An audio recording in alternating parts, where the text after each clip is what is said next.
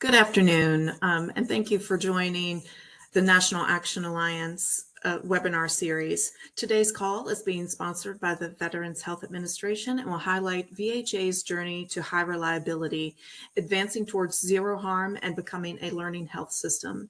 We would like for this to be an interactive session, so at different points in time, we'll be requesting to hear from you. Please use the chat function or raise your hand to have your line opened and then to provide a comment. Dr. Cox, the floor is yours. Great. Thank you, Jade, and good afternoon or good morning, everybody.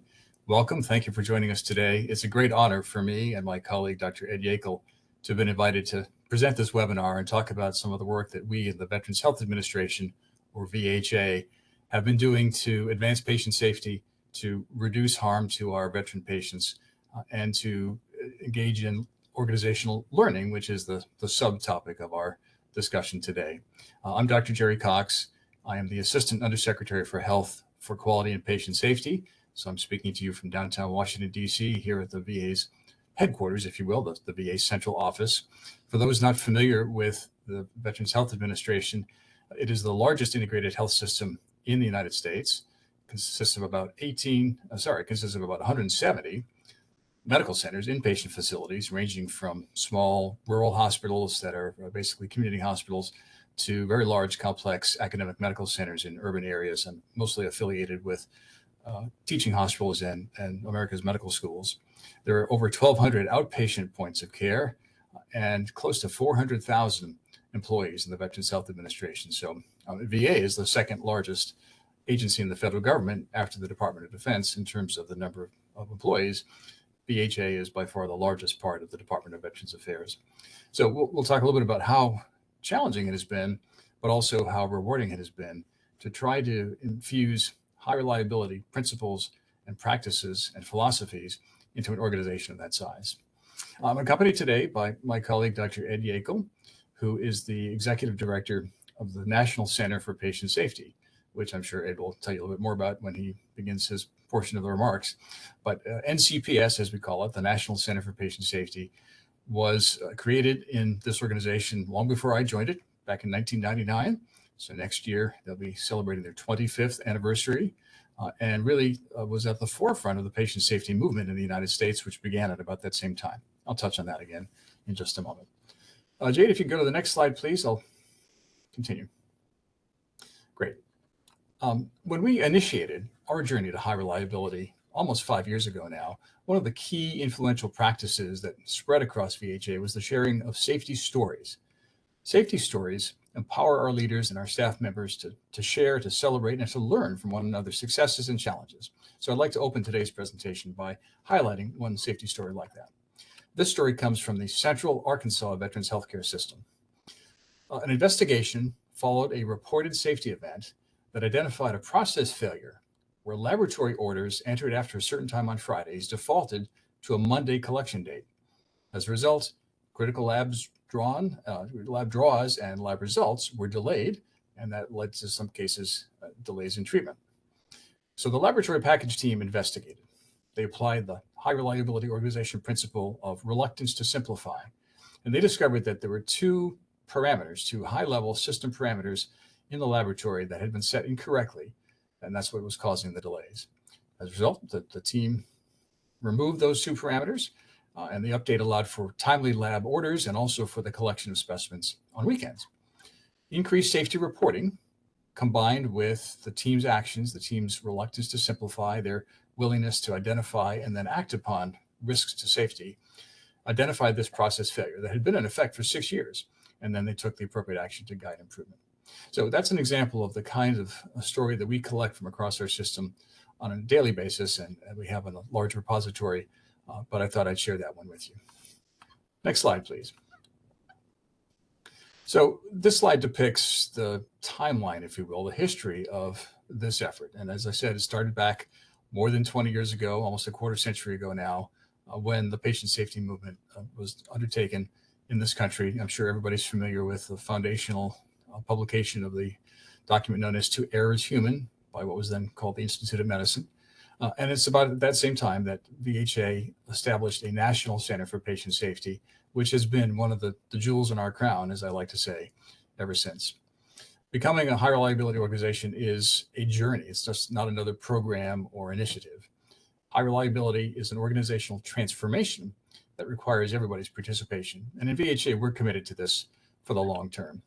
So we were on the forefront of patient safety science back in the late 1990s, and then undertook a major recommitment, really, to patient safety in late 2018 and early 2019, when we decided to pursue what we now call high reliability organization principles and methods. We created an AHRQ steering committee.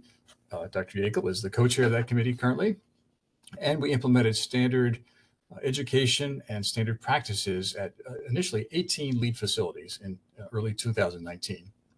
Kicked it off with a national summit, brought together all of our system leaders, and chose 18 because VHA is organized into 18 regions, or Veterans Integrated Service Networks. So these are geographic, regional activities spread from one corner of the country to the other.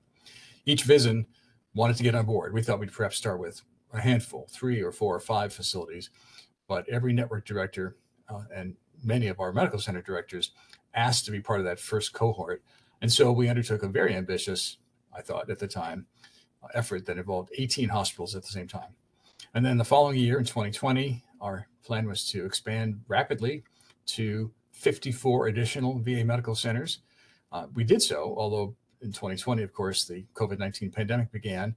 And so there was a little bit of a delay and a little bit of a stutter step for a few weeks, I'd say several weeks to maybe 3 months, when we had to convert from planned face-to-face activities to virtual education and training and assessment and coaching activities. But we regained our footing, and between 2020 and 2021, expanded this effort to include up to 72 medical centers now. And then in 2022, ending just a few months ago, we expanded to all 170 of our VA hospitals. So it's a very ambitious undertaking. We manage and fund and direct the activity here, guide the activity here centrally, but we rely on a network of committed leaders across the entire system and specific high reliability organization leaders and champions, clinical champions at each of the facilities that's undertaking this.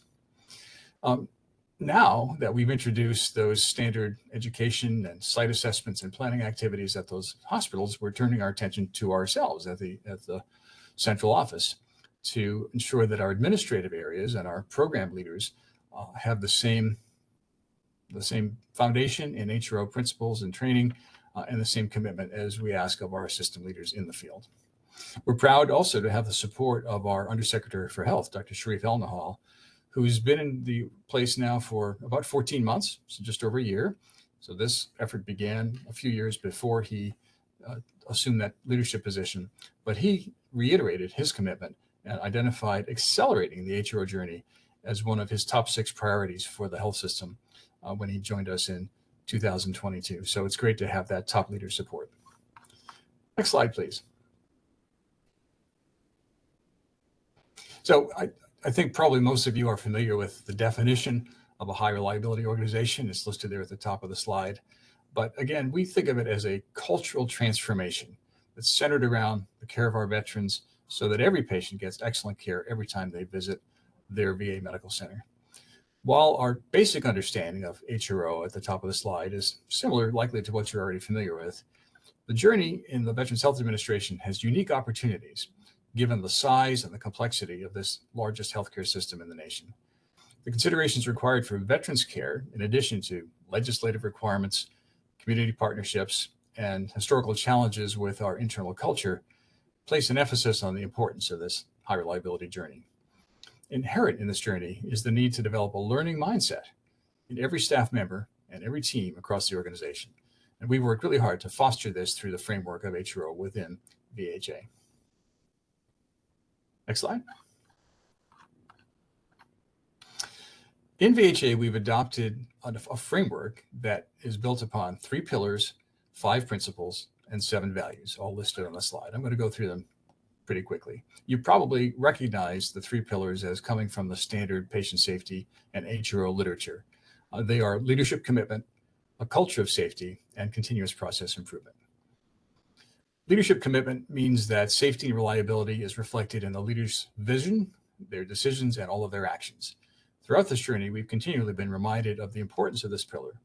And as such, we've developed many ongoing efforts focused on the development of specific behaviors and skills of executive leaders, as well as local HRO leaders at individual facilities and local team levels.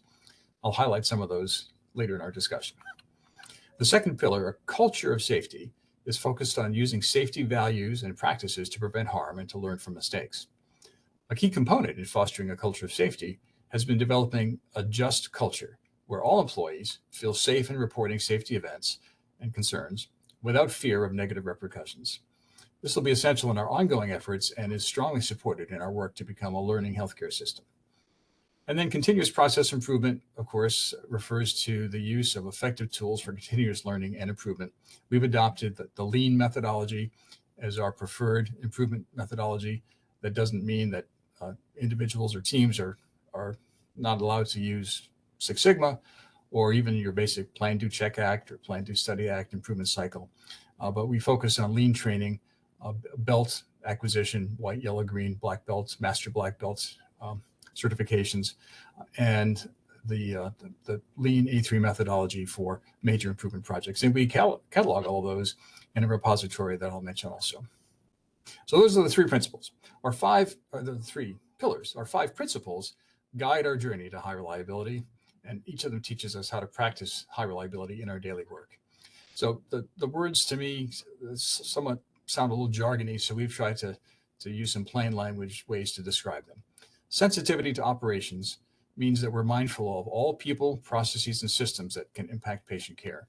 It means understanding what happens at the front line. So if you're an executive leader at a hospital or medical center or at the system level, to be mindful of the impacts, the obstacles, and the challenges to providing safe and effective care right at that point where patients receive the care. The preoccupation with failure means that we have to have a laser sharp focus on catching errors before they happen and predicting and eliminating risks before they can cause harm. I'm an emergency physician, so when I talk about preoccupation with failure, the first example that comes to mind is why we do code blue drills. Why you need to practice for the possibility of a patient arriving in cardiac arrest to make sure that all the proper airway equipment is available, that the medications are in the right drawers and easily accessible, that the batteries on the defibrillator are charged and ready to go, and that every team member knows what his or her role is going to be on the code team. So we do that because we are preoccupied with the possibility of things going wrong rather than just trying to get it right the first time. The reluctance to simplify means that we get to the root causes of problems rather than settling for simple explanations. We have a very robust patient safety program that Dr. Yackel leads. It includes requirements for conducting and reporting root cause analyses, and all of those are collected and reviewed at the National Center for Patient Safety in a central database. Commitment to resilience means that we bounce back from mistakes and we get back on track and try to prevent those mistakes from happening again. I often say that we said commit to zero harm. We don't attempt to commit to zero errors. Humans make errors. To err is human. And so our goal is to put the safety practices and principles in place to prevent those inevitable errors from reaching our patients. And finally, deference to expertise. The fifth principle means that we empower and we value expertise and diversity of perspectives and diversity of insights. We, as any healthcare system, provide healthcare in team settings. And oftentimes it's the least experienced or the lowest ranking person on the team that might have the expertise that's needed to identify that safety risk. It doesn't come automatically with, having a title or a lot of letters after your name. So that's what we mean by deference to expertise. And then our values unite us and guide our actions and decisions every day. It's about the veteran. Very simply means whenever we make a decision, we ask, what does this have to do with helping a veteran? Supporting a culture of safety, I've already mentioned, is that by creating that just culture where it's safe for staff members to make mistakes and then to own up to mistakes and to speak up for safety. Commitment to zero harm is our goal. So it's the goal of our journey to high reliability, because any one patient harmed is too many. People sometimes ask, well, how can you say zero harm? You know that's not really ever going to be achievable. And that might be true, but we couldn't say, well, we're going to commit to 1% errors, or 99% of things will go right, and 1% of the time will accept mistakes, or 0.1% of the time, because any patient that's harmed is one too many. So committing to zero harm is the only goal that we thought we could reasonably adopt. Then the learning organization adopts and adapts practices to help individuals and teams continuously learn, inquire, and improve. So that's the fourth of those values. The fifth one, everybody has a duty to speak up. It means that when they see a safety issue, we expect our employees to say something. We want to create an environment where they feel free to speak up and know that their leaders are going to, first of all, take note and listen to them and not blame them for being the reporter of bad news. And secondly, take action and actually address the issue. Respect for people is related to that deference to expertise that I mentioned, where all employees feel that they can share information with the goal of improving patient care, and that everybody, regardless of their title, position, or rank, is afforded the same human respect. And then finally, clear communications requires using standard words, standard tools, and processes to communicate clearly and simply. We emphasize this in our team training, which I'm going to talk about in a couple minutes. And so you'll appreciate the value of that. Next slide. So in addition to those 3 pillars, 5 values, 7 principles, we have a set of standard activities, 6 AHRQ activities that are occurring across all 170 of those medical centers and clinics. Within each one of these, continuous learning is essential and has challenged our organization, its leaders, and staff members. Let me go through some of these standard implementation strategies with you one by one. Next slide. So we have 3 activities that started across all of our hospitals at the same time. They're called AHRQ baseline training, continuous process improvement, and experiential learning. AHRQ baseline training is training for all frontline staff members, also supervisors and executive leaders, to build behaviors that foster that just culture, to foster an environment of error prevention and improvement. Talk more about this later, but again, if you imagine team training, if you imagine how team training is incorporated into the ability for teams to communicate better together, if you imagine a short course that every employee, including housekeeping personnel and nursing assistants and clerks, as well as clinicians, can take, that's all incorporated into our AHRQ baseline training. And we've had literally hundreds of thousands of VHA employees complete one or more of our versions of this course, both online or face-to-face. Secondly, the second activity that started at the same time everywhere is that focus on continuous process improvement. I've already talked about our emphasis on lean training and the ongoing improvement of products and services or processes through incremental improvement. And then experiential learning is the effort to spread the strong safety and improvement practices across our system, creating and leveraging opportunities to learn from the experiences of our colleagues. So we'll also discuss this in more detail in a few moments. On the next slide, you'll see that there are also 3 so-called cohort-based activities. So we deployed these to facilities in waves beginning in 2019. And I described those 3 cohorts, beginning with 18 the first year, 54 more, and then every remaining medical center in 2022, 2023.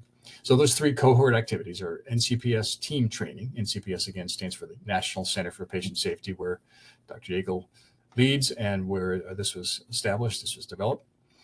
The second one, AHRQ assessment and planning, and AHRQ leadership coaching. So team training is team-based error prevention and threat management training, teaching people to improve patient safety and minimize harm at the front line of care through improved teamwork, communication, and situational awareness. It's derived from the crew resource management approach that's used in the aviation industry. And some of you, I'm sure, over the years have taken variations of this course. I remember probably close to 20 years ago being introduced to something called med teams. And then there was another similar training called team steps that we used in my hospital when I was a medical center director in the Navy. And the NCPS has refined and continued to evolve those team training curricula. Then we have assessment and planning activities. So each of these hospitals, as they prepare to undertake their AHRQ journey, received a customized assessment that applies a systematic approach to assess their maturity, their readiness to proceed, and to identify strengths and gaps, and help the medical center leaders implement tailored strategies and actions for AHRQ improvement and sustainment. And then finally, leadership coaching. So we've contracted with very experienced senior health system leaders, many of them retired former VA or military health system leaders, to coach our current cadre of executives at our hospitals. And they provide expert guidance, tools, and feedback to integrate HRO leadership behaviors and practices into daily operations. I'll spend some more time talking about some of those practices in just a moment. In addition, not shown on the slide, but we're developing now an HRO maturity matrix. So not just a readiness assessment, but a maturity assessment to help facilities self-assess how far along in the journey they've come and help them understand the next steps that they need to take to achieve high reliability. Next slide. This is the last one I'm going to talk about, and then I think we have a little time for discussion, and I'll then turn it over to my colleague at Yackel. So on the slide here, you see 4 foundational practices on the left side.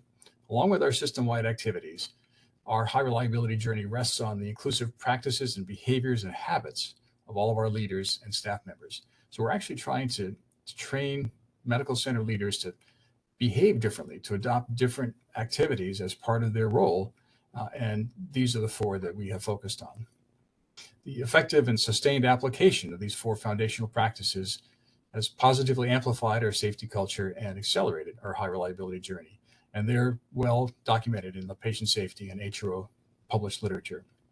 The first of these is safety huddles. So these are focused daily organizational meetings where teams can identify, report, and prioritize potential risks of the day, and also review past events for action, closure, and learning. Safety huddles are highly effective for improving teamwork and for increasing that sensitivity to operations.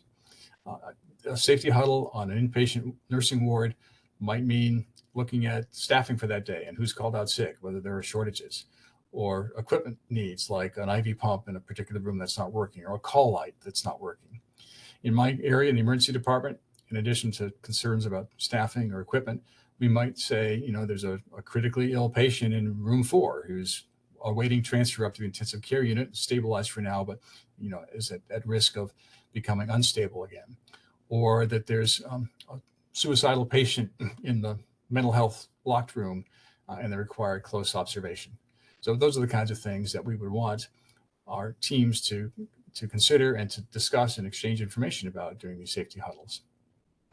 Then there's leader routing. So we are teaching our executives to lead from the front, to not be sitting in an office in the C-suite somewhere, but to actually be visible and engaged with their frontline employees and leaders to develop what I called earlier, that sensitivity to operations.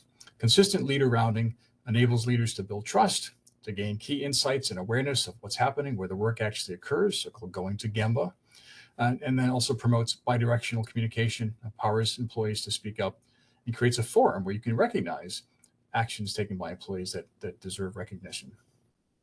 The third foundational practice is the use of a visual management system. That's a display that contains snapshots of clinical and operational performance and improvement efforts that are aligned with our HRO goals. A visual management system can be an electronic one, and that's what we use in my organization because we're largely virtual and spread out across the country. Or it could be a paper-based system or a physical whiteboard. And then finally, the fourth foundational practice is a patient safety forum. So I think of this as sort of a grand rounds for patient safety, or maybe a morbidity and mortality conference focused on safety events. Patient safety forums are recurring meetings, usually monthly, that they're open to all staff members, and they're run by the executive leaders along with the patient safety managers at each facility. They reinforce the importance of the safety program and of the just culture that I've talked about.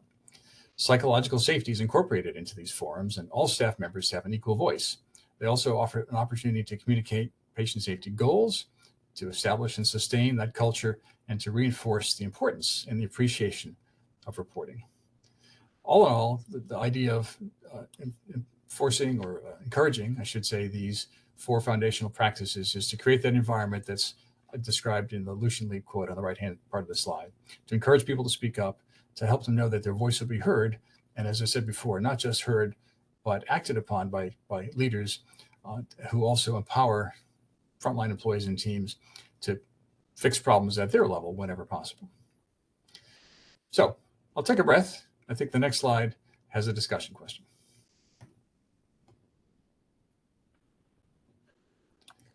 Great, thank you, Dr. Cox. And we have posted this question into the chat, and I've already received a few responses. How does practicing high reliability play a pivotal role in quality and patient safety? And we heard from Sandra T that the preoccupation with failure is equivalent to their robust good catch near miss program. And the reluctance to simplify is equivalent to conducting the root cause analysis and review for high risk and high volume events. Any comments back? Yeah, great points. And those are among the things that I mentioned as we went through, including root cause analysis to not accept superficial explanations for adverse events that occur. And a good catch or near miss program is also very important. Sometimes that's incorporated into those safety forums that I was just describing, where we actually reward, maybe hand a certificate or a good catch trophy or some other form of recognition to people that identify near misses. And we also are tracking, and I think Ed's going to talk about this, we're tracking not only total reporting of adverse events, but the proportion of close calls or near misses to the total number of patient safety reports, because we think it's very important to have that culture where people are not just reporting things that happened, but events that didn't cause harm, but could have. Mm-hmm. Great point, Sandra. Yeah, that's wonderful. We also heard from Kelly Chapman, who said that high integrity equals high reliability. So simply getting the commitment, dedication to always do the right thing for process, treatment every time, which is essential to safety and quality. Yep. And when I think of integrity, I think about personal integrity as well. The personal integrity of health system leaders and clinicians and employees at all levels to, again, to not just be silent when they see something that could impose a risk. Wonderful. Well, we'll turn things back to you for the next segment. Okay, great. I think at this point, I'll turn it over to my colleague, Dr. Ed Yackel, whom, as I said, is the Executive Director of VA's National Center for Patient Safety. Ed, thanks for being on with me today. Thanks, Dr. Cox. So Dr. Cox alluded to the National Center for Patient Safety being celebrating its 25th anniversary next year. So we're really happy with that. We're located actually in Ann Arbor, Michigan, about 4 miles from the Ann Arbor VA and the University of Michigan. And so it's really a wonderful opportunity to partner with academia and our fellow VA Medical Center to really understand how our efforts are impacting the local VA Medical Center. I wanted to just cover with you kind of sort of the basics of what we've done, so that you have some things to think about as you begin on your journeys, if you consider beginning on this journey. So in our journey to foster culture change across the Veterans Health Administration, we have a number of training and learning opportunities to align our healthcare system-wide AHRQ activities. And those are listed on this slide deck for you. I'm going to go into each of these training opportunities in some of the next slides. This is just sort of the overview slide, but I wanted to show them to you side by side so you can see the goals for spreading our AHRQ knowledge and skills across the Veterans Health Administration. First of all, we have a goal for facilities to embed AHRQ baseline training in their programs for new employees, so your new employer orientation program. We have ongoing efforts to train master trainers in the team training, with goals that these local trainers will train and coach unit teams at their facility unit, and all unit level teams have been provided this training. So think about sustainment over time. We have a master trainer. When we leave, they can still be there to do that training when new people come through the door. We have the Veterans Health Administration has also recently added Lean White Belt continuous improvement training to their curriculum for all new employees. So all staff members have a background in both patient safety and quality improvement, so they can do use everyday improvement tools on activities to make care better for our veterans. It's also important to note that our VHA is not really taking a compliance-based approach to these trainings. We often talk about tight, loose, tight, provide the overview, like the guidance, let people execute it based on their local missions or their local environments and cultures, and then measure it at the other side. So we're really looking, we set the aspirational goal that all employees will eventually be provided the opportunity to complete these foundational training events because they benefit both our veterans and our employees. So bringing the employees in so they understand their equities. We do provide VISN and those regional, also called the VISN or Veterans Integrated Service Network, and facility leaders with the flexibility to manage and deploy the training opportunities in a way that makes sense to their operational environment and priorities and the needs of their staff. So sort of do your own self-assessment. For example, though many facilities are hosting face-to-face or virtual training sessions, we've had some of our facilities record a series of videos and supervisor staff discussion sessions so training is more convenient and accessible for everybody. But also to see that leadership part, that leadership pillar, right, where the leaders are taking the lead and showing people how important this is and modeling the behaviors we expect. We are also bolstering more experiential HO learning opportunities with the vision that strong practices employed across our facilities with partner organizations like Academy and industry associations can be shared through knowledge exchange platforms and available across the VHA. So that's what you see in the 6 points there. And we'll go to the next slide to kind of dig deeper a little bit. Great. First, we're going to start with HRO baseline training, which is displayed here. HRO baseline training builds a foundation of knowledge across our system about HRO principles that Dr. Cox covered. Also talks about error management principles and continuous improvement behaviors that each individual can use in their everyday work to provide veterans with the highest quality and safe patient care. We realize that many of the organizations within the Veterans Health Administration were already on their own journey towards higher reliability. The problem we had was we didn't have a common language across VHA. We needed to establish baseline concepts, values, and practices which were universal to everybody, no matter what office, what facility you're in. So we started the deployment of the HO baseline training with the VA Central Office. We trained all our senior executive service positions and executive leaders. Then we moved on to supervisors and then non-supervisory staff. And that's because we have a leadership pillar. Leadership has to buy in. Then we hosted sessions with executive leadership teams at those regions or VISNs and facilities before we launched supervisor and frontline sessions at facilities. And as it just so happens, in the middle of the deployment I'm describing, COVID hit. And the COVID-19 pandemic created a need to change our plans, how we rolled this out. So we pivoted from an on-site face-to-face offering for HRO baseline trainings to virtual training, and we worked remotely with the regions and facilities to launch a virtual train-the-trainer program to build a cadre of local trainers.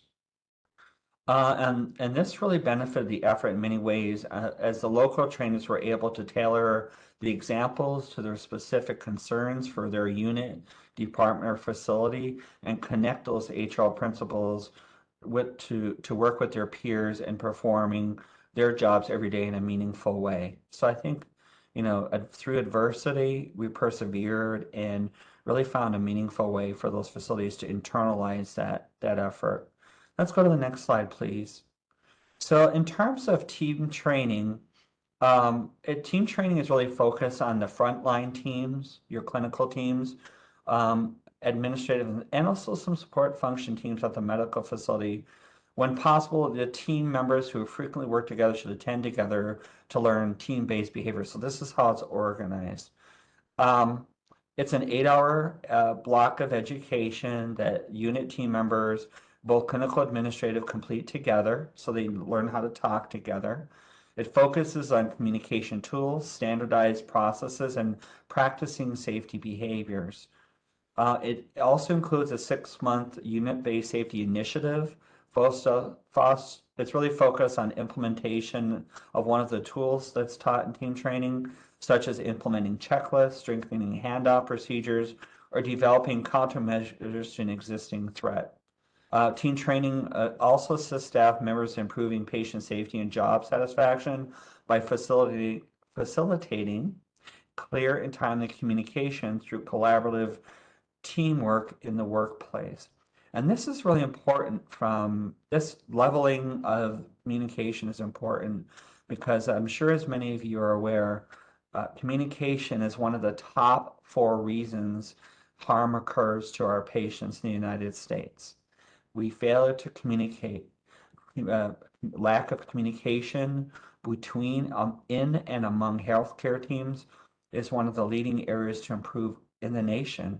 And we have this similar experience. So team training really is meant to focus right on that particular opportunity to improve. Next slide, please. Dr. Cox alluded to, we have the continuous process improvement and lean training, and I mentioned white belt. When looking at the lean journey, we are focusing on the improvement outcomes achieved rather than the number of staff trained. So what is the improvement? What are the outcomes? Having staff trained may be as meaningful as what are the outcomes? What are the improvements? So at the VISN, or the region and facility level, we have quality improvement project activities that are scheduled at leadership discretion and in consultation with an organization called Systems Redesign. So this is a group of people who fall under the quality umbrella of VHA, who do look at systems and help redesign them. And why do we do that? Because we know that systems are set up, and we set them up correctly, humans are less likely to make an error. So we have our system, we work with our systems redesign folks. We design, and then we may have a VHA-wide lean management training offerings are made available on an ongoing basis. Some regions and facilities have a robust continuous process improvement program for providing lean training and engaging staff members in improvement projects, coaching, and mentoring. And that's for the sustainment piece as well. Many visiting facilities are also looking for opportunities to expand their local improvement capabilities. So the Office of Systems Redesign Improvement develop a VHA curriculum for lean improvement training, and it includes a VHA standardized lean white belt online training course, which is now incorporated into a required training for all new VHA staff members. So everyone gets white belt training, and it's an online course as well, in case you didn't catch that. For CPI, or continuous process improvement and lean training, there's not a focus on training a certain number of staff members, as I spoke about earlier, but rather the improvement needs. And it really helps the facilities to determine the strategy and how many improvement specialists they might need at the yellow, black, and green belts to drive that in strategic outcomes, and where or which departments need to grow improvement specialists to reach these outcomes.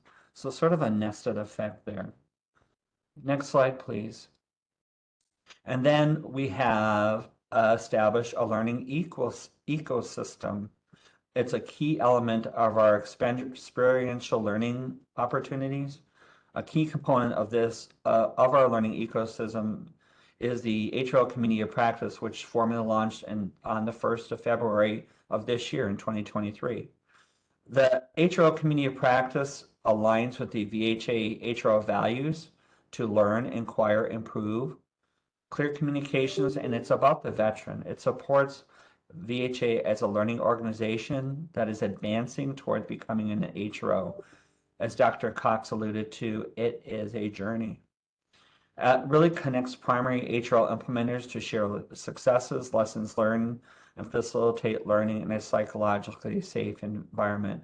So these are all your AHRQ experts, your AHRQ champions, etc. The AHRQ Community of Practice really looks to reduce silo and trickle down communication by being open to all AHRQ implementers across the VHA, because it's kind of everybody's job. So everyone is welcome to attend these monthly HRO community of practice or calls to ask questions, share ideas, share those leading practices that really can help advance VHA on the journey to high reliability. Because we know that it's easier to cut and paste than recreate a wheel, and so I think that's really important to think about. And really, if we can really look and use those leading practices, we can accelerate the journey to HRO as well. And I think that's one of the purposes of that group. So I think we have a question for you, and I'll go back to our moderator to facilitate that. Yeah, thank you, Dr. Yackel. And we're going to try to open up the lines this time. Please feel free to use the chat as well on the following question. How does the approach to AHRQ training at the VHA compare to patient safety training at your organization? So feel free to enter that into the chat, or if you raise your hand, we will open up your line.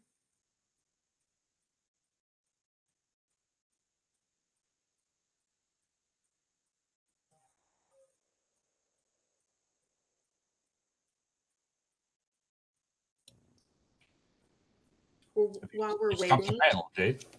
What's that, Dr. You may have stumped the panel. I don't see any response. I may have. Sometimes it takes folks a little bit to get warmed up, especially when we're opening up the lines. We've had a great conversation, sidetrack in the chat, with lots and lots of resources being developed concerning each of the topics that you have addressed. Okay, thank you, Sandra. Sandra's saying usually patient safety training focuses more on reporting than preventing. Dr. Yackel, do you have any reflections to offer back? Well, I think where we need to move in the future is that proactive analysis of information and signal. I like to call it signal.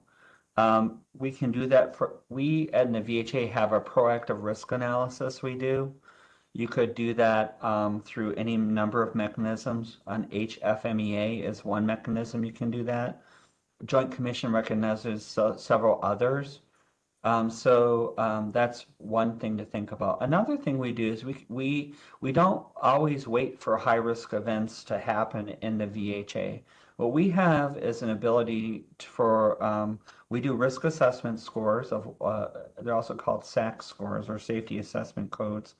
We look at those. Level 3 is a catastrophic harm, 2 and 1, so 3 is the worst, 2 and 1. So a level 3 would be like a sentinel event. And of course that requires a RCA in the appropriate circumstances. But what we do allow is for those lower level events, a SAC 2 or level 1, to be aggregated. So just think about you have 10 facilities in your region, for example, and each of them is seeing low-level events and a medication administration error. Individually, those don't make any ping on the radar, but when you put them together and you look at the similarities, you get a better view or visualization of something that you could probably prevent, right? Oh, we're noticing, for example, this IV's pump's not working in this and this facility. What's the issue? And then come together, and you may have some recommendations on how to move forward, and that's proactive. We also talked about near miss or close call reporting. That's also important to take that information, aggregate, and see what you can learn from it, because you want to be able to be proactive instead of being reactive. Waiting for an event to occur and then doing RCA is sort of that retrospective analysis where you're looking into the past. We want to look forward into the future and talk about what we can prevent. Hopefully that was helpful. That was really wonderful insight and reflection back. I'll just share a couple other comments. We haven't received any hands up at this point. Kelly Chapman is very pleased that a lot of what she is hearing is currently part of their integrated delivery network. We're really happy to hear that as well, Kelly. I think if we looked at variation across the country, we would see that full bell curve. So I love hearing folks on the front end. Also, Kelly is saying that one of the things that she would like to take back is the possibility of opening up the white belt training to any clinical associate in the spirit of knowledge is power for safety. Wonderful. We really want to hear how that goes for you, Kelly, and are here to support you in that. And then Sandra T is saying it's seen as a person or a team's responsibility instead of a collective and proactive effort by every member of the organization. If we start saying we had a fall instead of unit X had a fall, it's about just culture and process evaluation. So thank you, Sandra, for those comments. Dr. Yackel, I'll turn things back to you for your next segment. Yeah, I appreciate Sandra's comments because we really need to change the AHRQ journey. That's exactly why we're on the AHRQ journey in the VHA. Is exactly what Sandra described. We should know that everyone is empowered to be a patient safety person and an advocate.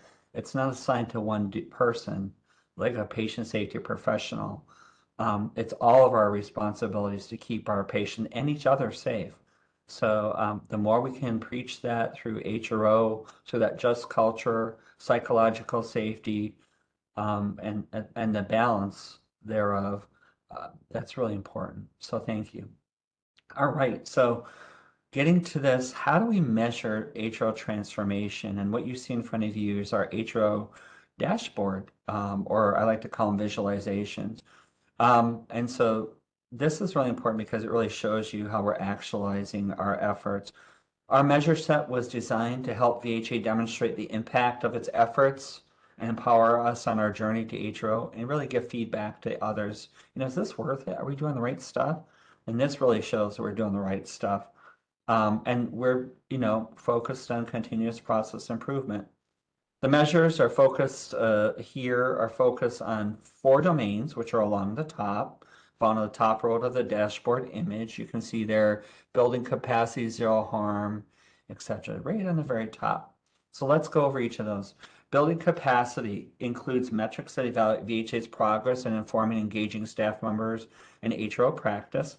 These are training focused metrics, includes things like foundational education. And it really, the reason why we look at this is we believe that that's really foundational to drive change in the other domains that are displayed.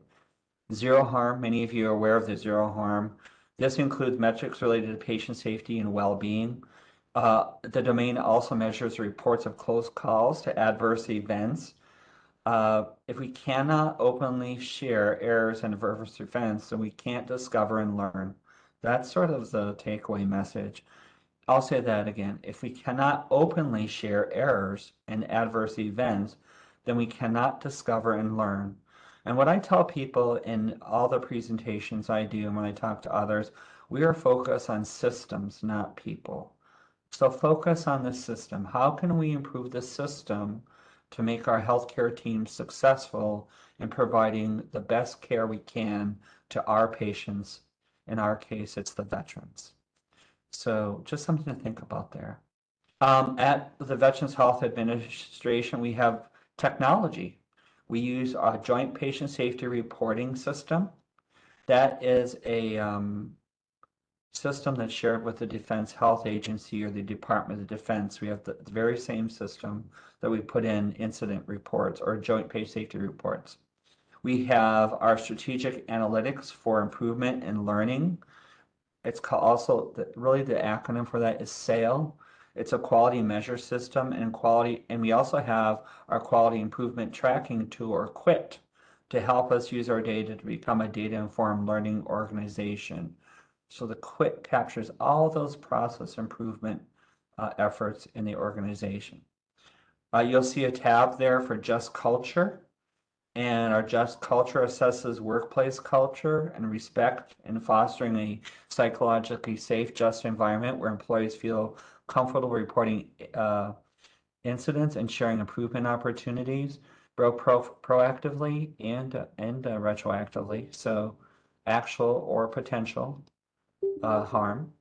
And We have that Just Culture survey is in the all-employee survey that's administered in the VHA every year. So that's really cool. We're partnering. We can see trends from year to year. In terms of employee health and safety, we evaluate the factors that promote health and safety of our employees across our organization, clinical and non-clinical alike.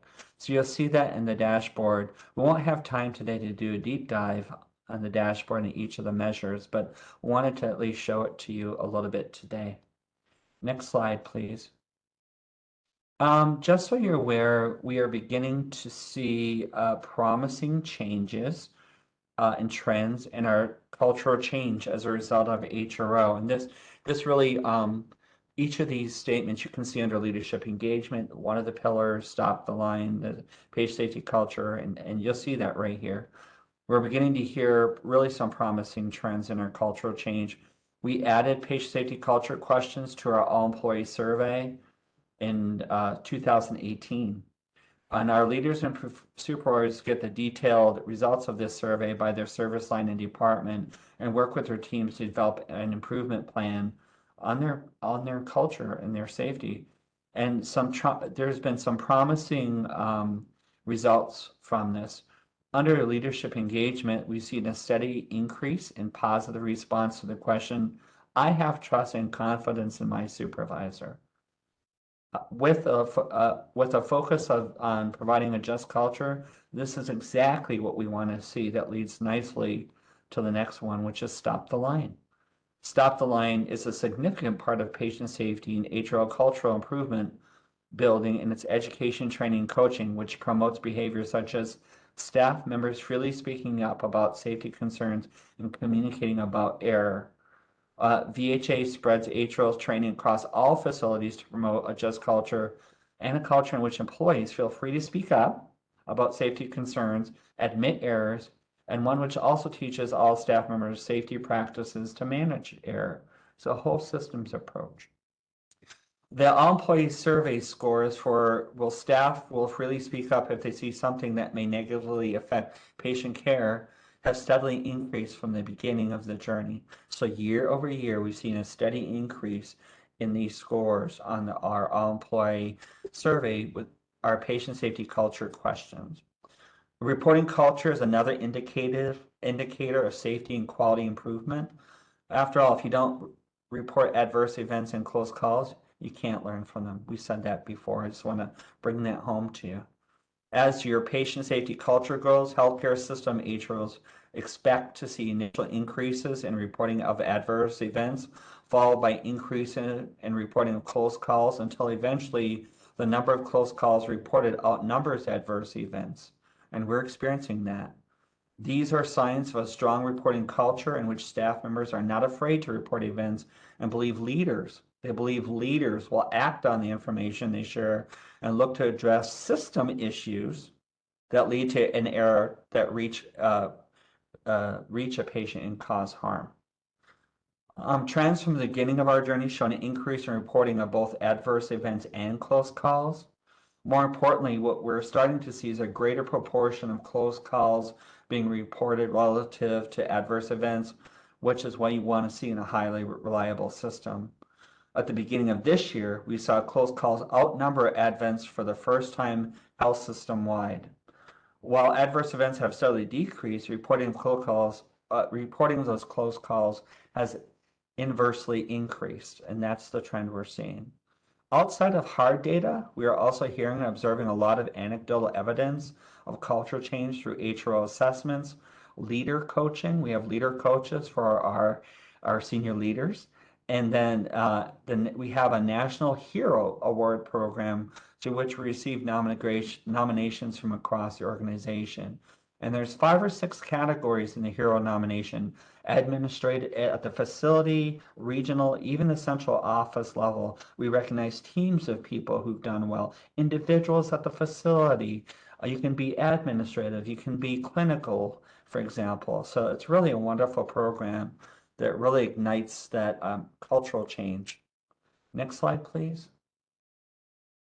So this again, we This again drives outcome. And what you show here is that there was a study done at Truman VA Medical Center, and this is one of the first medical centers who really engaged, we call it cohort one, where a group of medical centers engaged. They were the first ones out of the gate to engage in our HRO efforts. So what this in particular slide talks about driving the goal to get closer to zero harm. We know this is not going to happen overnight, but with the support of the team of people involved in HRO and VHA, we did a study at this VA Medical Center over a 3-year period. And I'm just going to describe that a little bit to you. The study was conducted at the Truman VA Medical Center in Columbia, Missouri, MO. One of our earliest adopters of the HRO implementation activities now being deployed. So what we did is we took the lessons learned from here, we further refined them, and then that's what we're using on our continuing journey. Just as a little bit of background, this Truman Medical Facility is a 126-bed facility in Columbia, Missouri, with approximately 1,600 staff members, 900 health professional trainees, and 450 volunteer staff members providing both inpatient and outpatient services on 54 units to 38,000 veterans. The study results were published in the Journal of Patient Safety in October of 2020. And what the findings here show a reduction in standard mortality rate and complication rates compared to other VA medical centers in our system. And that's what the graphs show. They may be a little bit small, you may not be able to see them, but that's the interpretation. We just want to bring out the fact that HRO really matures, HRO maturity, as you get more mature in your HRO journey, it really fosters a just culture that leads to increased continuous process improvement, which has a direct positive impact on return on investment. So some of the projects that were done at Truman Medical Center yielded a positive return on investment by measuring improvements in efficiency. For example, team training for acute medical, let me stop, just take a glass of water here. Sip. Excuse me. So we did team training on acute medicine inpatient unit that had scripted physician-led daily briefings for all medicine inpatient. And we calculated cost savings of $250,000 for the first 2 years of the project. And when we say cost avoidance, it's cost averted, reduced length of stay, and hospital-acquired complications that were prevented. And then there was team training for one of the community-based outpatient clinic. We call them CBOCs. It was, again, scripted, provider-led daily briefings, and reviewing open clinic slots, so open appointments, which led to a cost savings of 240 appointments times about $12,000 per appointment in the first 4 months of this project. So we want to understand that return on investment, what the benefit is, not only in terms of culture change, but the financial piece as well. And we have the ability to calculate that. We're taking lessons learned and practices and helping other sites adapt them for their own operations. In closing, if it really feels like we need to reflect on where we've been to recognize both progress and potential in the years to come, a journey once again. And each of you know well, becoming an HRO is that journey. It's not another program or initiative. It's an organizational transformation that requires everyone's participation. On behalf of Dr. Cox and myself, I want to thank you for the opportunity to speak today about VHA's high reliability journey. And I know that our moderator has one last question for all of you. Great. Thank you so very much. This has been just incredible. And I feel like we've all learned so much from you. So in closing, we'd just like to reflect on the entire presentation today and hear from you about what are some of your key takeaways from the webinar that you would like to explore further within your organization. What are those things that you immediately see that you can be in action on when sharing this information with your colleagues? And if you'd like to enter those things into the chat, that would be welcome, and we'll take a few of those. In the meantime, while we're closing out, I just want to give our sincerest thanks to our partners at the Veterans Health Administration, and in particular, Dr. Cox and Yackel, but in the entire team at the VHA. I mean, these are really incredible results that you're sharing, and I just commend you so very much on behalf of all of our service members. Really just incredible work. Thanks very much, Jade. It's been a real pleasure, and I hope that everybody enjoyed the presentation, and hopefully we can get some shared learning from it. Yes, I think so. Some of the questions that we were seeing, I don't have any takeaways, but lots of interest in the training. It sounds like maybe AHRQ training is needed, and you all offer it to your employees, but we may be looking for other opportunities to engage around some of that. So if you have thoughts, we would welcome that. We're seeing lots of thanks for the presentation today. So in closing, our next opportunity to be together and to learn from one another will be October 24th from 2 to 3 p.m. Eastern Time. The information regarding that webinar and registration is available on the National Action Alliance to Advance Patient and Workforce Safety website. So this concludes our webinar for today. Thank you, everyone.